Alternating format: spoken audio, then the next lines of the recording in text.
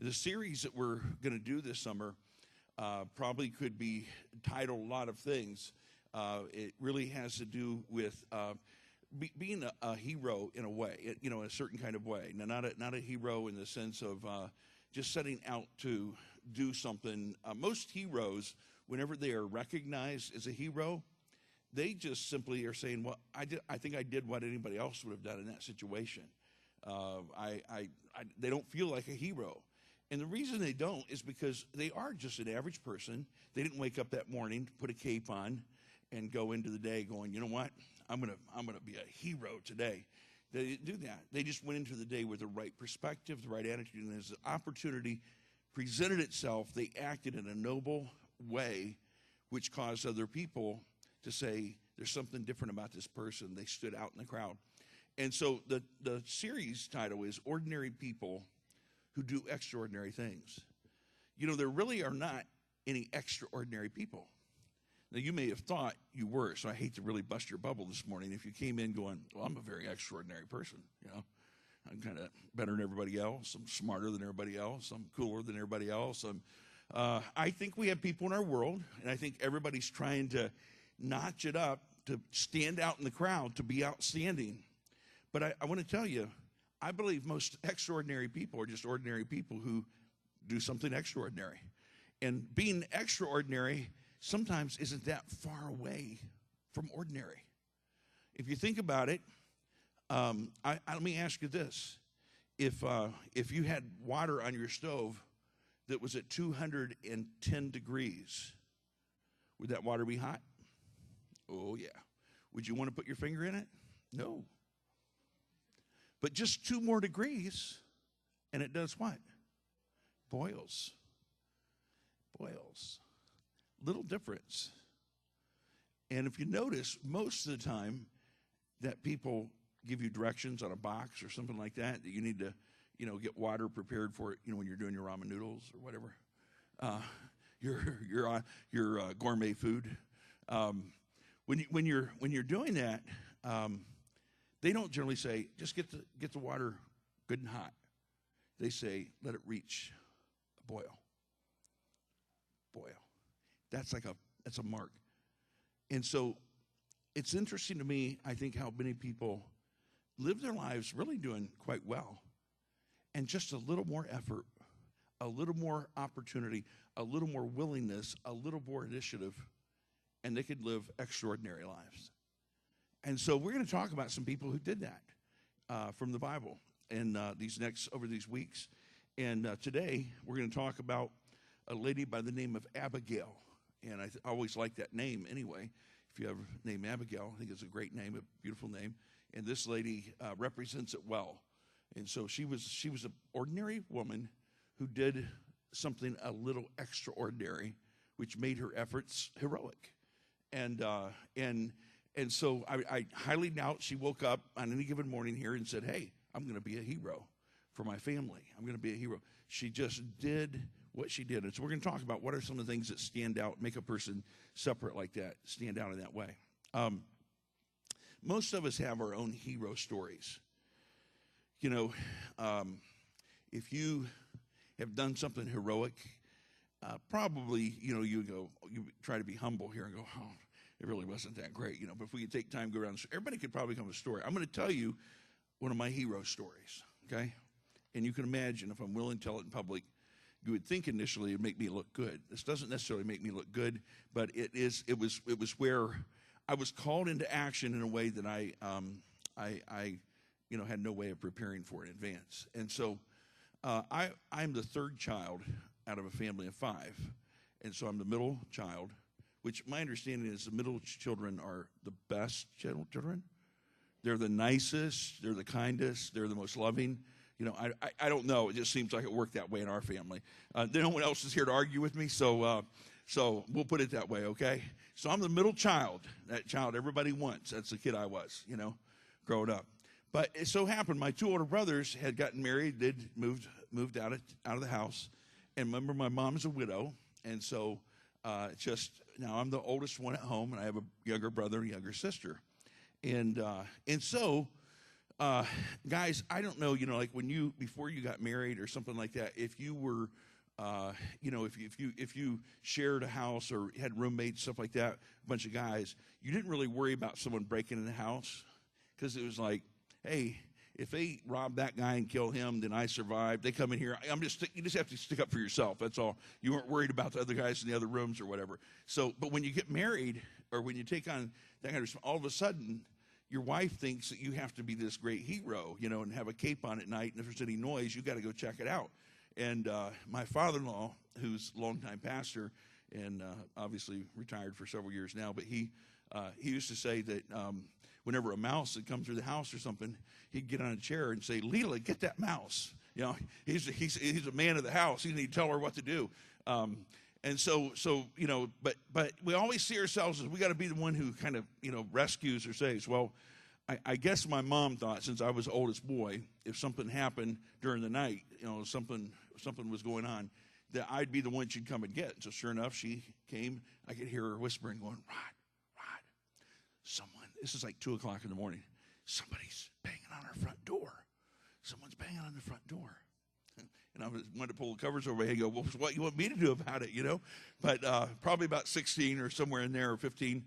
And so I kind of tiptoed out to the door, and I look out the window, and you're not going to believe this. There was this large hog that was at our front door and had its front paws up on the door and was like, I guess it was somebody's pet, and it was coming home late from a night out or something. I don't know what it was, but it was at our front door, kind of pawing on our door. I said, what did I say? Paws. Okay, let's get it in the right cat. Okay, I'm messing with these people who are very, over here. But anyway, sorry. His hooves, yes, it was hooves. You say hooves? Did I get that right? His claws, his whatever. Anyway, his feet, whatever his feet were.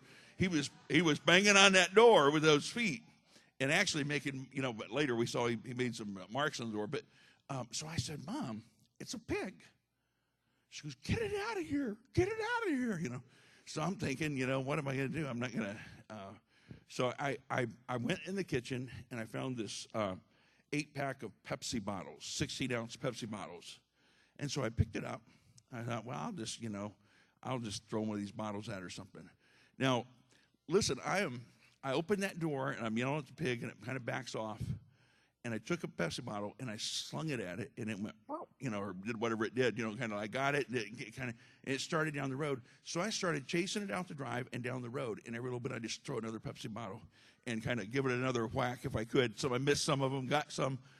And then I'm standing out, about a 1/10 of a mile down the road with this empty Pepsi bottle, Pepsi thing in my hand, and realizes I'm in my BVDs.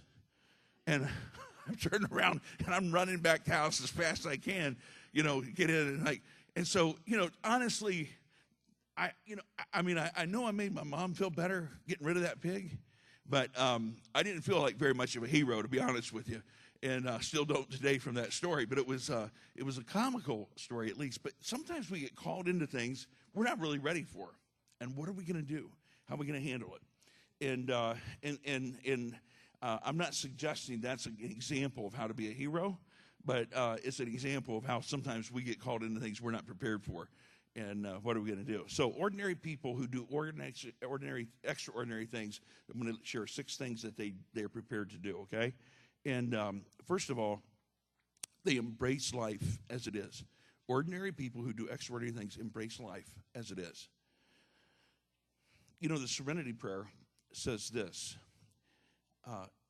embrace life as it is, as he did, not as the way we wish it was. Now, it may not be exact wording, but that's the essence of what it's saying. So, in other words, Jesus embraced life when he came to this earth as it was.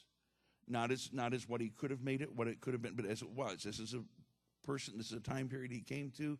He lived within that time period. He lived in the moment, in the day that he came, in that experience. He lived in that. And God calls us to embrace life as it is, not as we wish it was, not as we hope it might be, but as it is. And my thoughts are this: if you do not learn to embrace life as it is, you'll always live someplace else in the present. You'll always live in another realm, another aspect of life that isn't real. And God hasn't called us to live somebody else's life, to mimic or parrot that. He's called us to live the life he's given us. And that doesn't mean that we have to be stuck in a situation, but I think until we admit that we're in that situation, we won't find ourselves getting out of it. Now, I'm going to read scripture to you here, and it says, it's from 1 Samuel chapter 25, and it's a story about David and Abigail and a few other people involved here. Now, Samuel died. And initially, at the initial reading of that may not seem like big news. But if you're familiar with the Bible at all, Samuel was one of the great prophets. And Samuel was the one who had anointed King Saul to be king of Israel, the very first king. He's also the prophet who anointed David to be king. And at this very time period, there's a civil war going on. Saul's still king, but he's kind of gone nuts. He's gone off in left field. God's blessing is off of him. And now David has been anointed to be the king and being raised up for that. And he has a following, and people want him to be the king, David's person of honor. So he refuses to take the kingdom from Saul, even though he had opportunity to do that. And so he's like a man on the run with his crew of guys that are with him. And so all Israel gathered for his funeral. This is a big deal because Samuel was the man of God who kind of kept things together in this very divided country at this time. And they buried him at his house in Ramah. Then David moved down to the wilderness of Maon. There was a wealthy man from Maon who owned property near the town of Carmel. He had 3,000 sheep and 1,000 goats, and it was sheep shearing time. Now, let me go ahead and finish reading, and then I'll comment on its wealth. This man's name was Nabal, and his wife Abigail, who was a sensible and beautiful woman. But Nabal, a descendant of Caleb, was crude and mean in all his dealings. Now, money might make you richer, but money doesn't necessarily make you better. This was a guy who had money. He was wealthy. We know, it's hard to evaluate that in our currency and that kind of thing. Say, hey, but the Bible says this is a wealthy man. He had these 3,000 sheep, 1,000 goats, and but yet he was crude and mean in all of his dealings. It means he was ruthless. He was not an easy guy to get along with, this time period was a time where whenever they were sheared the sheep, as it said, they sheared the sheep. This was like payday. This is like maybe your company at the end of the year throws a party and gives out really big bonuses to everybody. Don't they do that? Anyway, you hope they do that anyway, don't you? And like, oh, wow, that's great, or that would be great. If you've ever experienced that, that's a great thing. You're kind of experiencing the profits of the year and celebrating that. And there's a New Year's party or a Christmas party or those kinds of things. Well, they had, it was sheep shearing time. It was time to collect all the funds, all the money. And he had 3,000 sheep. And so he was loaded at this time. And so it was an upbeat time, even though he wasn't an upbeat guy. It was it was like party time for them. Now the word Nabal actually means fool. The word fool. In fact, if you were to, where the Bible says that the fool says in his heart there is no God, the word for that is Nabal. It's translated to fool. So his name actually meant fool. Now, I don't know why his parents would name him that. Maybe that was a name he got later in life. I'm not sure. But the fact is that his name meant fool. Now, Abigail's name stood for joy in my divine Father. Joy in my divine Father. And it seems like both of them kind of lived out their names pretty well. And so if someone is nabling, I should say, if they're nabling, they're like a fool in motion. They're acting out a fool. I wondered when I was going through this and looking at this a little bit, I was wondering if I need to look and see if enabling comes from the same thing. Like enabling somebody, you're being a fool. You're helping someone be a fool. And so I didn't get that far in looking back at it, but it ran through my mind, something for us to maybe look at. But here this guy was this kind of a goofy, crazy guy, but he was wealthy, and honestly, that doesn't mean that anybody that's wealthy is a fool. But in this case, this man was wealthy and a fool. And in John 16:33, the Bible says, "Here on earth you will have many trials and sorrows, but take heart because I have overcome the world." Now, this is a tough time for Israel because their prophet has died. David's kind of on the run. He is on the run from King Saul. He comes down into this territory, into this area, and where this wealthy man is who is a fool. And this fool has just gotten a whole bunch more money. And he's focused on that. Now, in this situation, this was a situation that Abigail found herself in, and the Bible again tells us in this world we will have trials and sorrows, but we're to take heart because we've overcome. So, a couple things to remember in this. That is, difficult times do exist and they do come.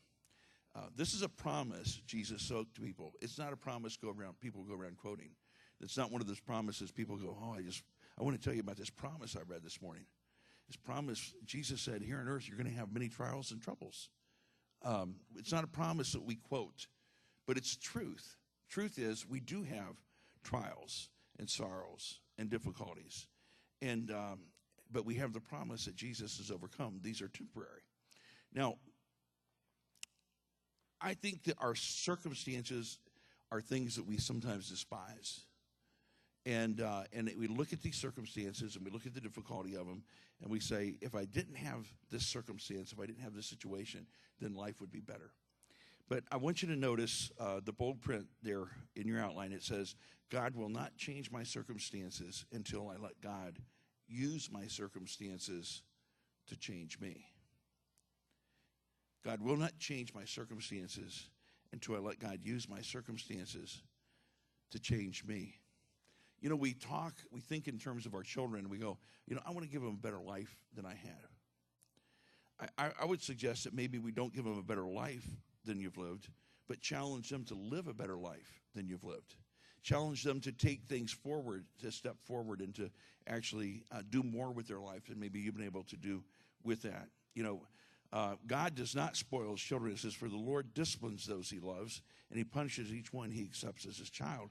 And so God does not spoil his children.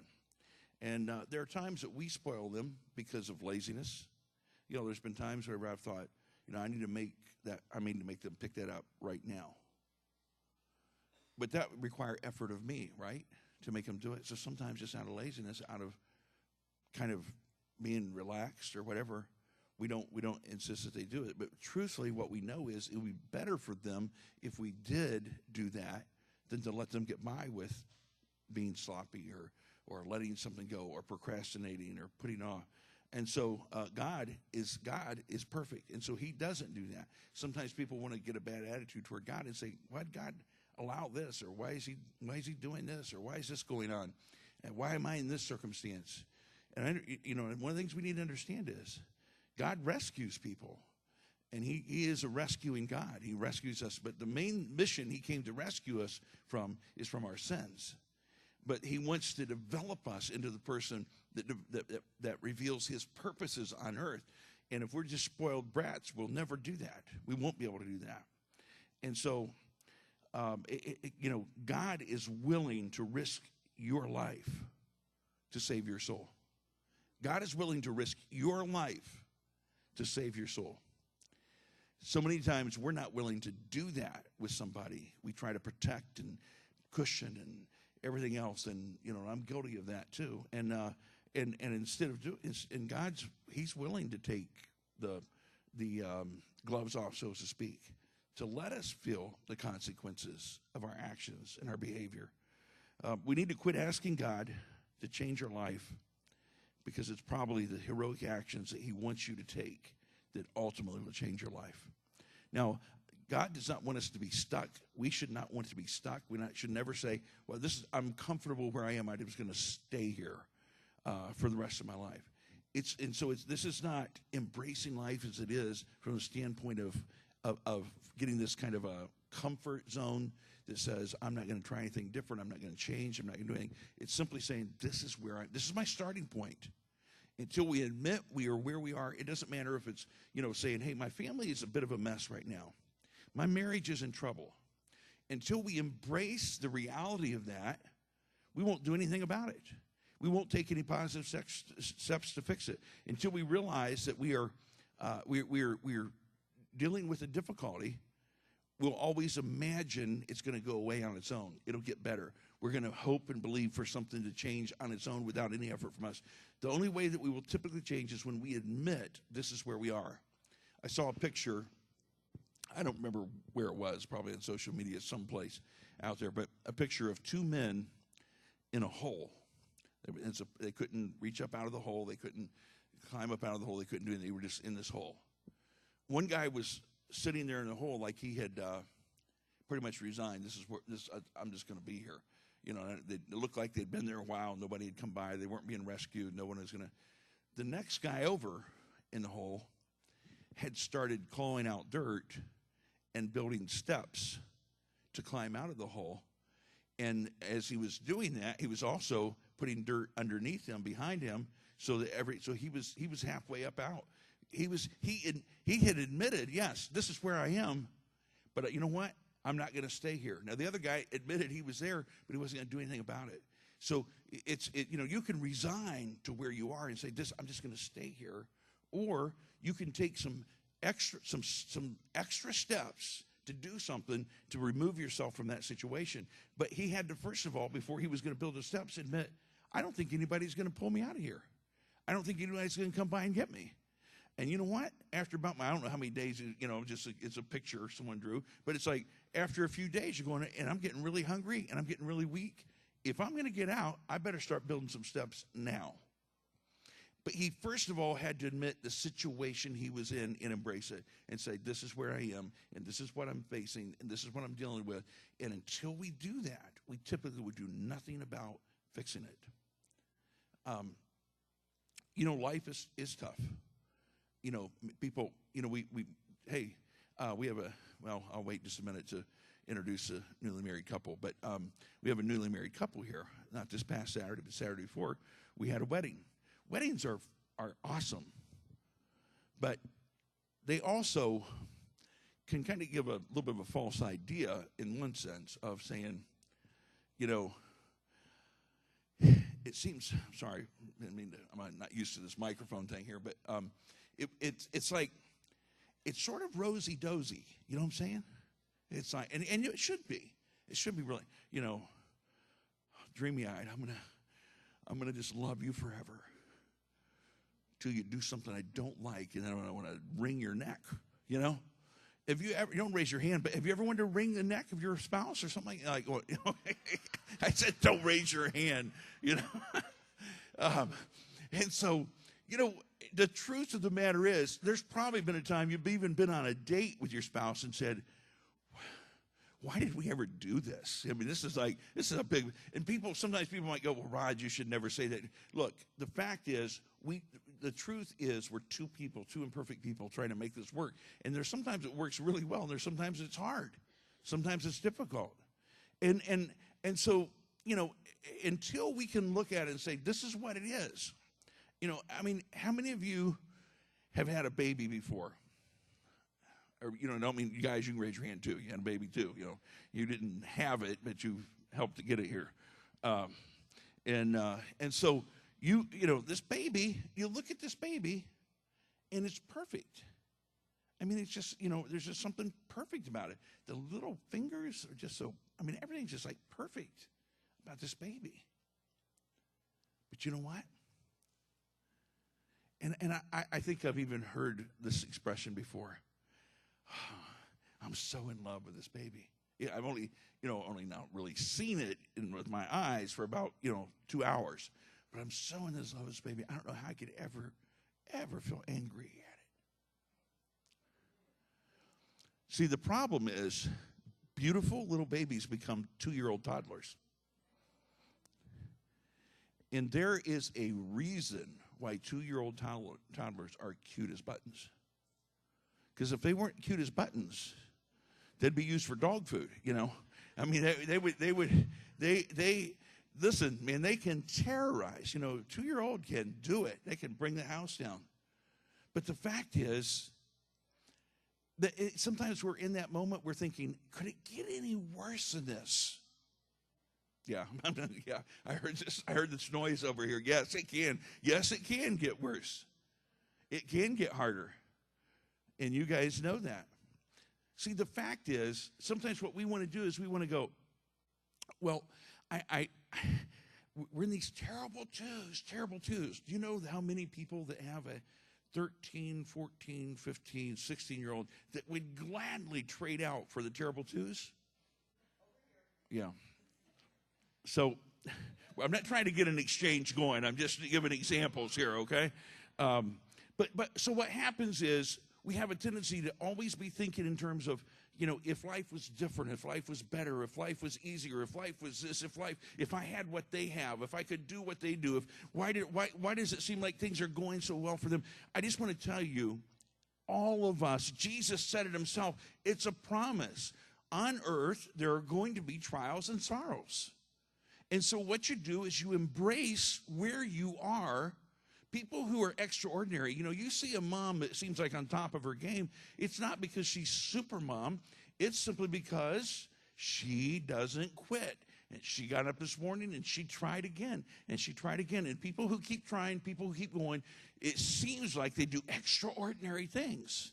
It isn't that they're extraordinary. They're ordinary people who give it a little more effort, who go again, who try again, who get up and go again. And so instead of trying to avoid it or trying to wait through it, embrace the moment you're in. God's given you this moment, and he's given you this moment to rise to the challenge. Whether it's 2-year-olds that are terrorizing your house, or whether it's 16-year-olds that are scaring and breaking your heart, you know.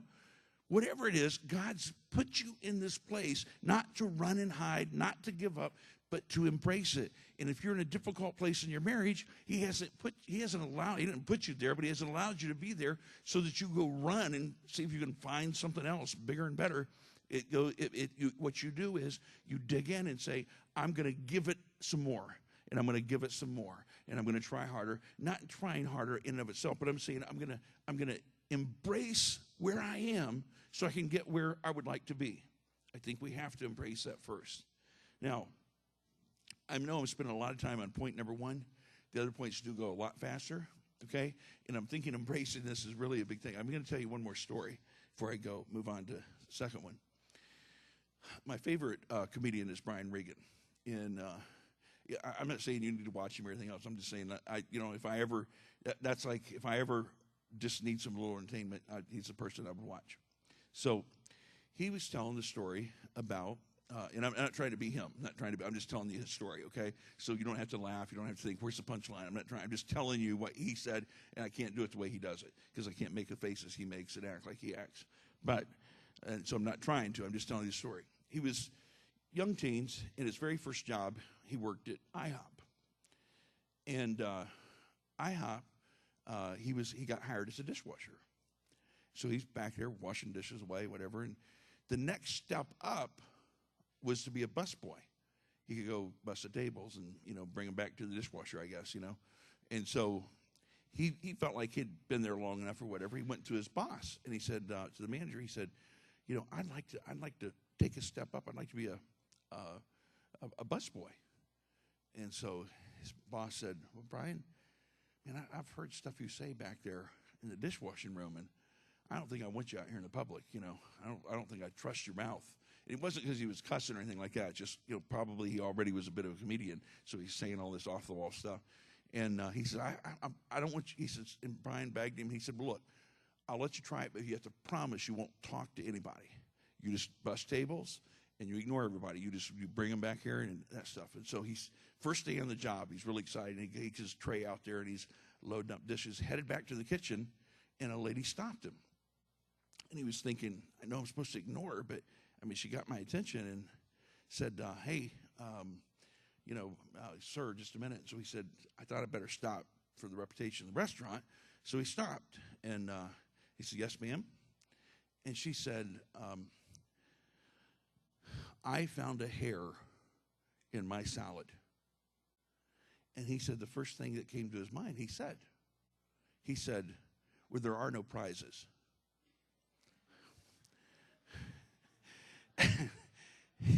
And he said the next thing she said was, I want you to go get your manager right now. And he's thinking, oh, I can't even, my first container of dishes, and I'm already in trouble.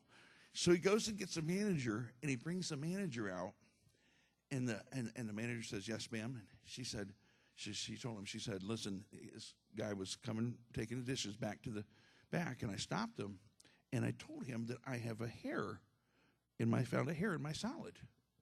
And you know what he said to me? Of course, the boss probably wondering, what now, you know?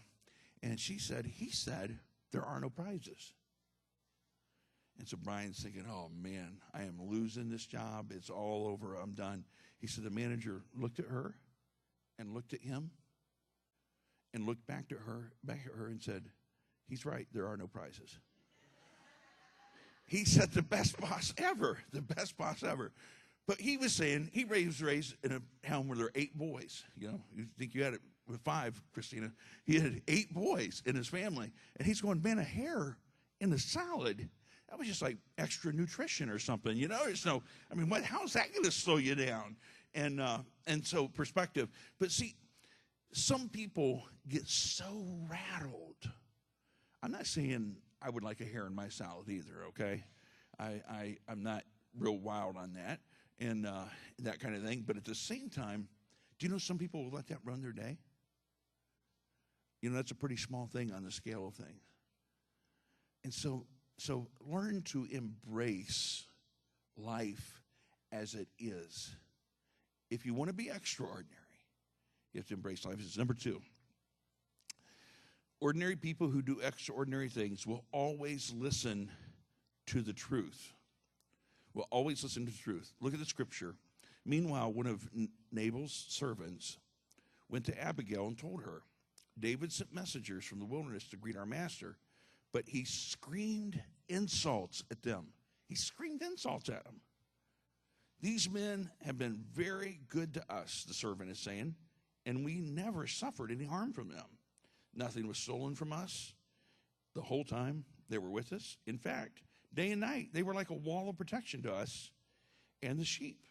Now, you know the David we're talking about here. This is the David who killed Goliath. You know who the 600 men with him are? They're the equivalent of Navy SEALs today. So here you have a guy who killed a giant and 600 Navy SEALs with him. And you're going to curse him out like this guy did and scream insults at them? And so this servant who's got a brain in his head is coming to Abigail, and he says, in fact, day and night, they were like a wall of protection to us and the sheep. You need to know this and figure out what to do, lady, for there is going to be trouble for our master and his whole family. He's so ill-tempered that no one can even talk to him. Remember, ordinary people who do extraordinary things will always listen to the truth. Have you become so important in your own eyes that you can't listen to anybody else and what they have to say? You know, I've found that oftentimes, if I will take the time to listen to my children when they're complaining about something, then I can actually learn something from them. Not every time. Sometimes it's just sour grapes and they just want their way and they're just, trying to negotiate their way on something.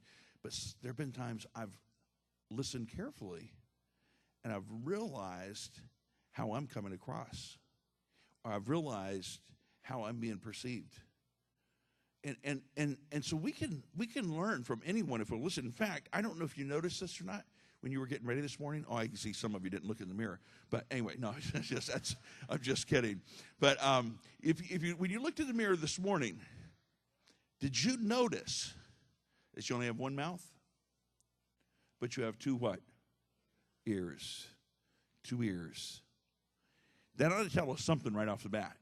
Now, I know our mouth's bigger. No, but depends. It kind of depends. But the fact is, this guy had become so egotistical and arrogant that he was so ill-tempered, it said that no one could even talk to him. He wouldn't listen to anybody. He would not listen to anybody. And I'm going to tell you, when we reach that point in life where we can't listen to somebody else, you not only will never be extraordinary, you'll be extra unordinary.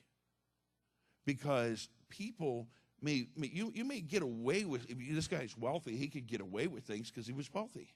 But the other side of it is nobody liked him. I mean, his wife admitted he was cantankerous and difficult. And his servant was brazen enough to say to her, this guy is so full of baloney, you got to do something about it. He's gotten us in big trouble, and you need to do something about it.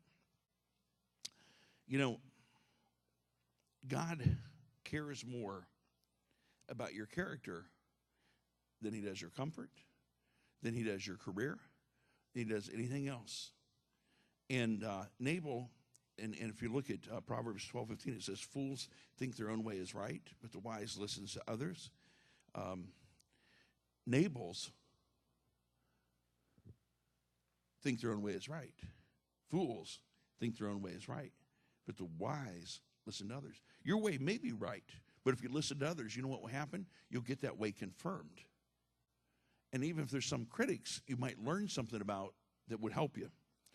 Number 3, ordinary people who do extraordinary things don't hesitate to do what's right. They don't hesitate to do what's right. Abigail flew into action, picking up at verse 18. She took 200 loaves of bread, 2 skins of wine, 5 sheep dressed out and ready for cooking, a bushel of roasted grain, 100 raisin cakes, and 200 fig cakes, and she had it all loaded on some donkeys. Then she said to her young servants, go ahead and pave the way for me. I'm right behind you.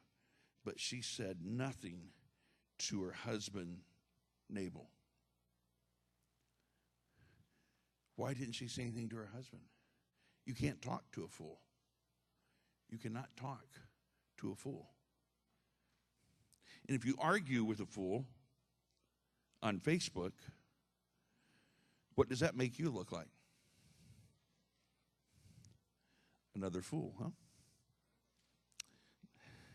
He call you Nabal. And so she just kicked into action. She kicked straight into action and made things happen. She didn't hesitate. She didn't wait around to do what was right. She did it immediately. Now, if you go to the number 4, ordinary people who do extraordinary things accept full responsibility. As she was riding her donkey into a mountain ravine, she saw David and his men coming toward her. David had just been saying, now listen to this, a lot of good it did to help this fella. We protected his flocks in the wilderness, and nothing he owned was lost or stolen, but he has repaid me evil for good. May God strike me and kill me if even one man in his household is still alive tomorrow morning. I think that servant had a premonition. His life was on the short line. He's going to get help. When Abigail saw David, she quickly got off her donkey and bowed down before him. She fell at his feet and said, I accept all blame in this matter, my lord. Please listen to what I have to say. Wow. Have you thought about how many excuses we come up with? We don't quickly accept blame for anything. We rationalize most things. You know, and if a cop pulls me over for speeding, you know what I want to do? My first instinct is to say, why don't you go chase down a drug dealer or something? Why are you bothering me? I'm just speeding, you know. I mean, what's wrong with that? And so we all want to make excuses for why we do what we do, why we've done what we've done, why we're going to do what we're going to do. We all want to make excuses because we think we're looking at it through our eyes, through our self-centeredness, and we're rationalizing it and instead of seeing how it comes across to somebody else.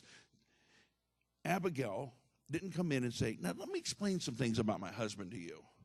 You know, now I really didn't have anything to do with this. Now this isn't me. This was all him. She didn't do that. She stepped up to the plate and said, this was my husband, and I accept all of the blame. I accept all the blame in this matter. Wouldn't it be wonderful to have wives like that, guys? take all the blame for all of our problems. But in this case, her whole family was threatened. Her whole household was threatened. And she said, you know what? I'm not going to let this man get us all killed. I'm going to say, I didn't know anything about this. I'm going to take all the blame that something didn't happen, and I'm here to fix it. People who are extraordinary, who do extraordinary things, are people who take full responsibility. We live in a world that is entitled. I deserve this. I should have gotten better. I should have had this. Why did I have the poor parents I had? Why did I have this happen? Why did that happen? Always the blame game. And don't feel bad. You're just like most other people. In fact, it all started back with Adam and Eve. I mean, Adam said, you got to think about this for a moment. He's saying to God, God, you gave me this beautiful naked woman, and she told me to take the apple. I mean, what am I going to do?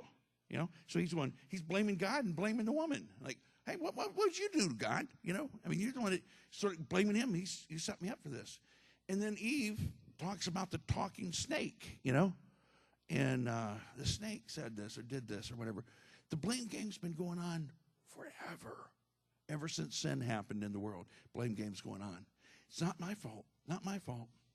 Wouldn't it be an awesome world if people, Skylar was playing soccer this last season, and there was some kid who, I guess, they're trained if they hit the ball with their hand or something, they'll, raise their hand or do something. But so this kid, the ref didn't see him, but he raised his hand. So then the ref looked around. And he goes, "Oh!" And they called a handball.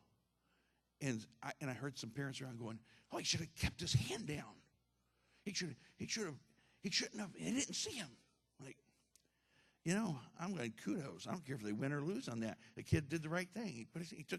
He hit the ball with his hands. He put his hand up. That's going to carry him a lot farther than concealing that or trying to hide it or trying to deceive somebody. That's going to carry him a lot farther in life. And I'm going to tell you, people think if they can blame everybody else for their problems, that somehow they get by. You know what you do? You cheat yourself when you blame other people for your problems. You cheat yourself. You will never do extraordinary things. You will be Joe average if you do not take responsibility for yourself. And that means your marriage, means your finances, that means your children, whatever it is, you have to take personal responsibility for it. Christians should be professional apologizers. Now, I don't mean like my younger brother, the one that had a transplant here. He was super conscientious. He'd go around, I think I've told you this before, go around before he went to bed when he was a kid going, if I said or did anything today, I'm sorry. Like, well, you said and did things, buddy. You're forgiven. Forgive you for. It didn't matter if it's right or wrong. Anything. He wanted a clean slate, man, a clean blanket before he pillowed his head. Like, if I said or did anything, I'm sorry. And he was so conscientious, That was kind of overdone, and he seared his conscience later in life. But I should say it came more balanced than that, a lot more balanced. But I do think as Christians, not apologizers like we're going around with a head down and we're in shame, but just simply saying, you know what, you're right, I messed up. So I know next time I get pulled over, hey, and by the way, in this last couple months I did get pulled over, and and it hadn't for a long time.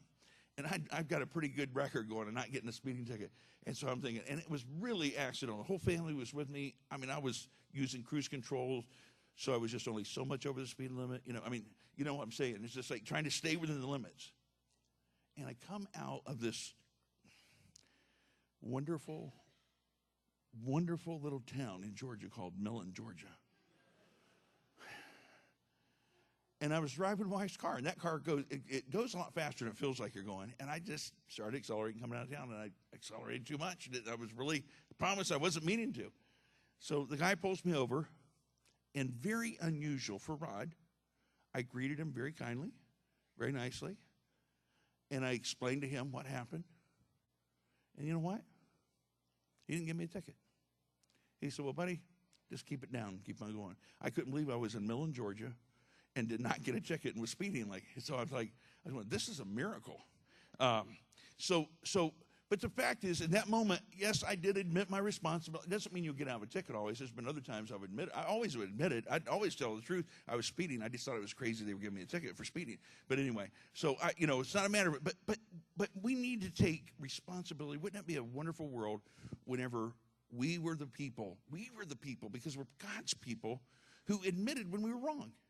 Instead of trying to case it over, make it look better, just actually admit it when we're wrong.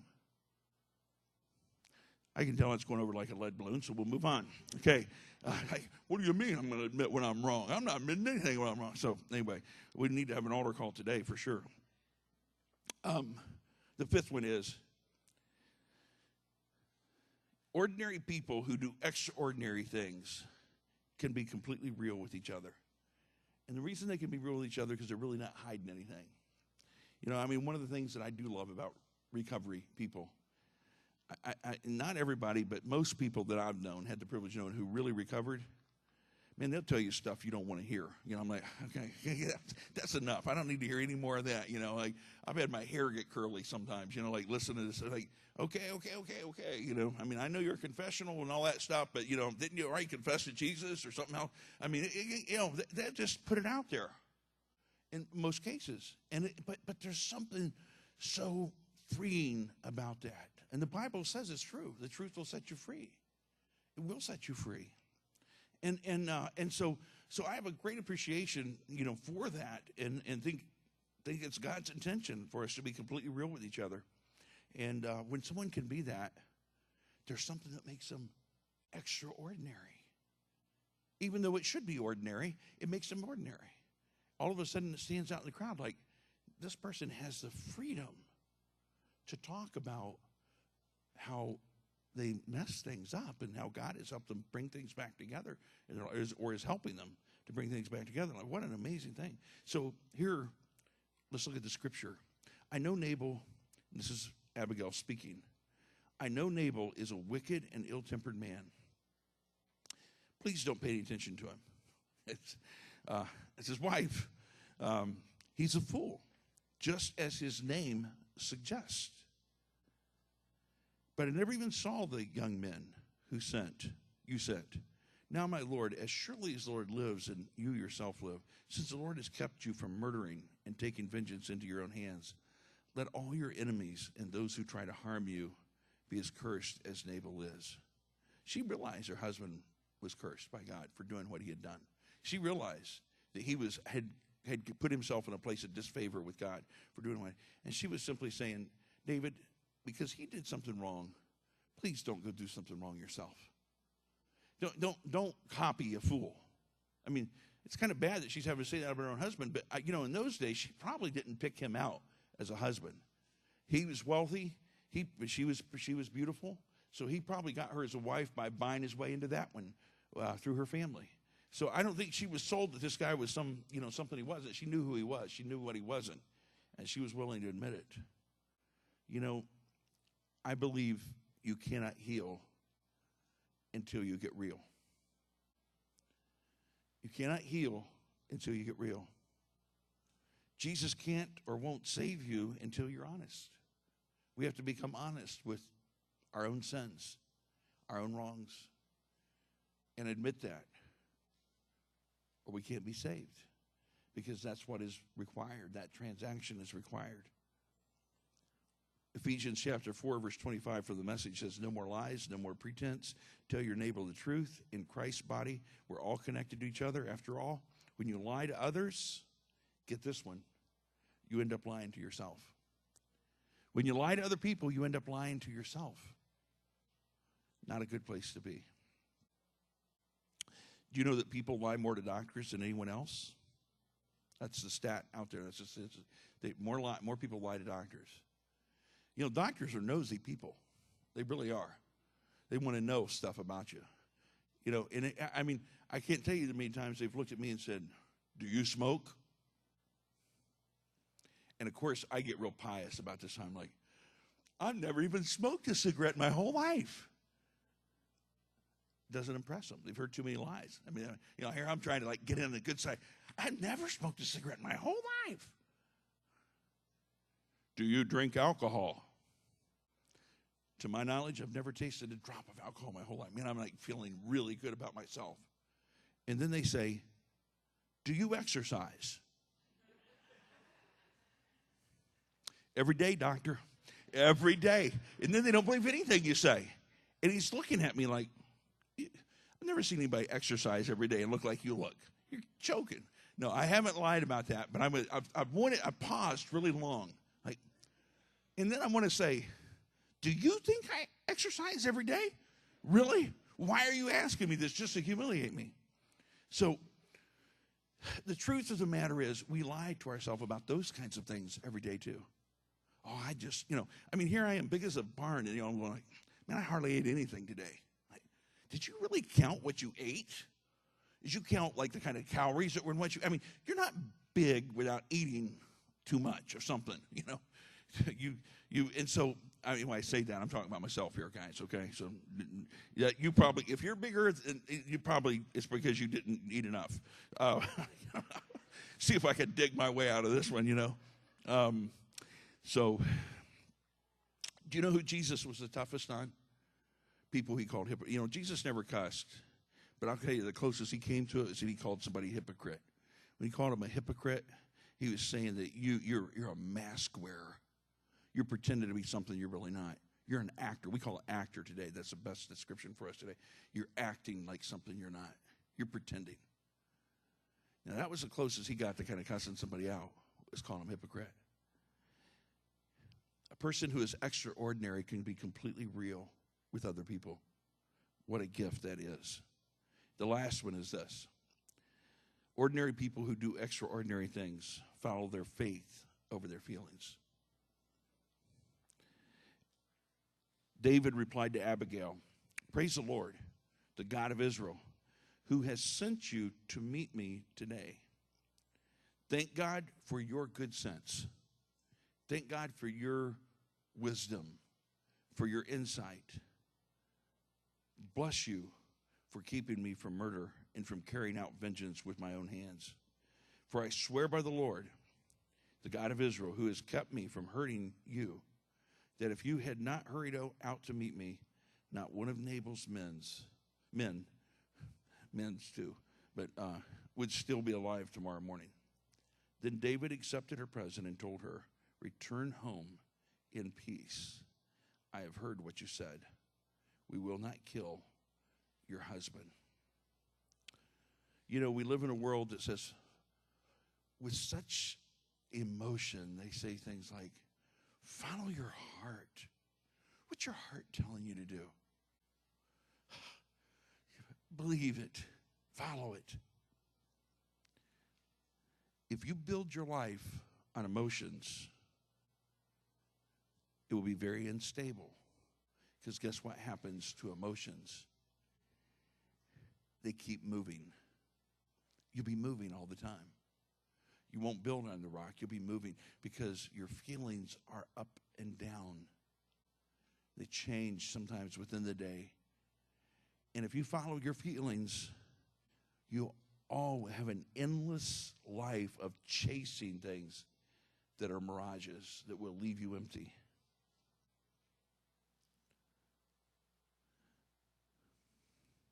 Following your heart will lead you to selfishness. Following your heart will lead you to great pain. Actually, following your heart would lead you to prison. And there's a lot more than one kind of prison. But it can also lead you to physical, emotional, and spiritual prison. Now, I want to tell you the end of the story in case you don't know it. Some of you do, some of you may not. Abigail went back home and found her husband drunk as a skunk. He was so drunk, she didn't bother telling him what had happened that night. The next morning, she told him what she had done. And he went into seizures. He went into like an absolute, he like had a stroke. Realizing the truth. And he stayed in this stupid stroke for about 10 days, I believe it was. And then he died. It says God killed him. God took him. See, David was about ready to do something he didn't need to do. God had it already worked out. And then Abigail became available, and David did another smart. The hero who saved him from trouble, he married her. That's the end of that story. Well, not really the end. She married the great or great, I forget right now, but one of the great grandfathers of Jesus. That's who she married. Went from a fool to a king because she lived extraordinary, which was just a little bit above ordinary, but it made her a hero. What have you settled for? What have you settled down and hunched down and gone, it's not going to get any better than this. This is the way life is. I'm just going to accept it. What? Faith believes God is writing your story, and it's extraordinary.